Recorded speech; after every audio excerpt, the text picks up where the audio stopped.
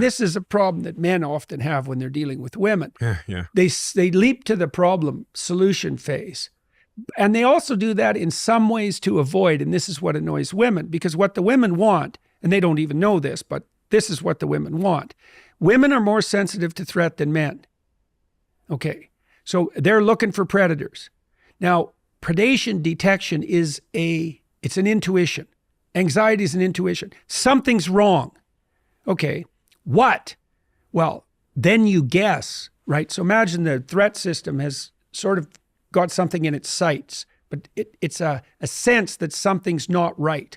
But it's not fully fleshed out, the picture, because serpents are camouflaged, right? So the threat is hidden. Well, what the woman wants is to lay out all the things that might be wrong. Okay, well, the guy doesn't want that because, first of all, maybe your wife is upset about something in relationship to your children, and she doesn't know what it is. So now she has to go through everything she thinks that might be wrong. Well, even for you to listen, that's going to be rough because some of those things are going to be about you. And so you just have to shut up and you have to let her put her cards on the table.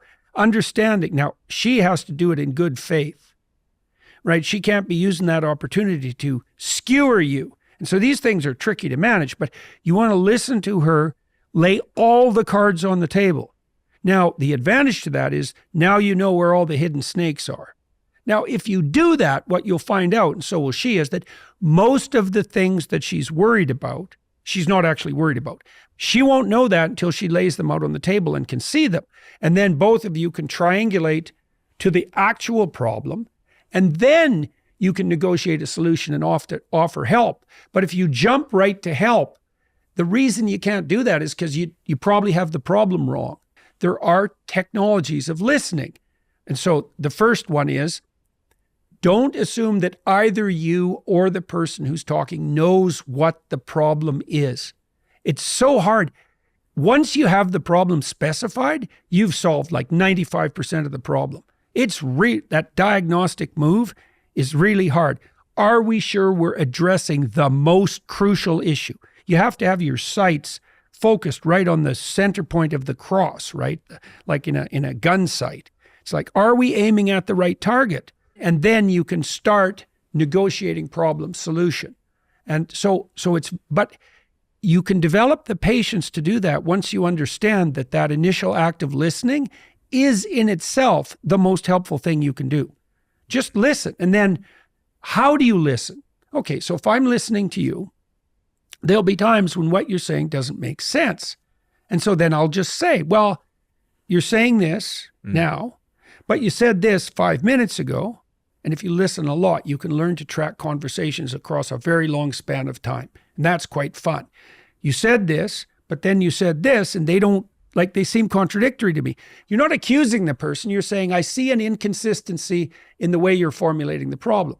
And they'll sort of startle a little bit and then try to rectify that. They'll check you out to see if you're insulting them or trying to play a game of moral superiority first. But if it's just an honest question, then you're actually helping them lay out a description of the situation that's not internally contradictory. Jung called that a circumambulation. Okay, so now imagine the threat system is going off, right? It's saying something's wrong. But it's a primordial predator detection instinct. That's what's being triggered. It isn't capable of high resolution conceptual formulation, not to begin with. Something's wrong. Okay, what?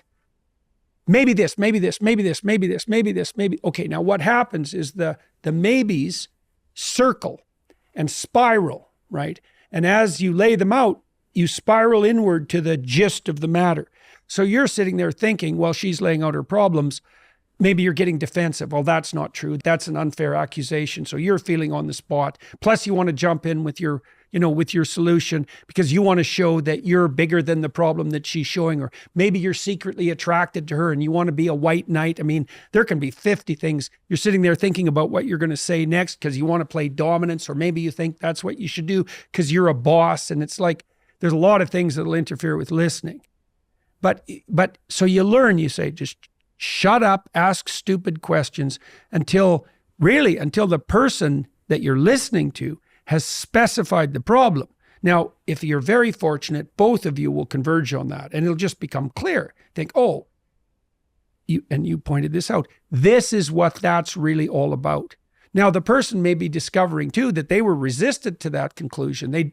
Because the fundamental threat is more key to their self-esteem to their conception of themselves than allowed them to be comfortable. Before they get to the actual point, which is where they're going to be most vulnerable, they're going to throw out a bunch of screen concerns just to see if you can be trusted with something that will reveal their vulnerability. And they're even doing that to themselves. It's like, dare I tell the truth about this situation? Because I've betrayed myself before, so maybe not. Yeah. And you can facilitate that. See, if you facilitate that by calm listening, then you're modeling the fact that whatever the hell they have as a problem isn't so terrifying that you have to avoid it and run away.